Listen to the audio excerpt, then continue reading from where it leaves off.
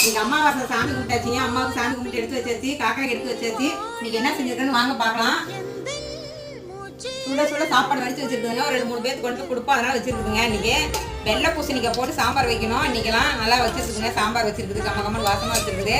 அதில் உப்பு எடுத்து நெய் ஊற்றி வச்சிருக்குதுங்க. நல்லா டேஸ்ட்டாக இருக்கும். வாழைக்காய் பொரியல் செஞ்சுருக்குதுங்க.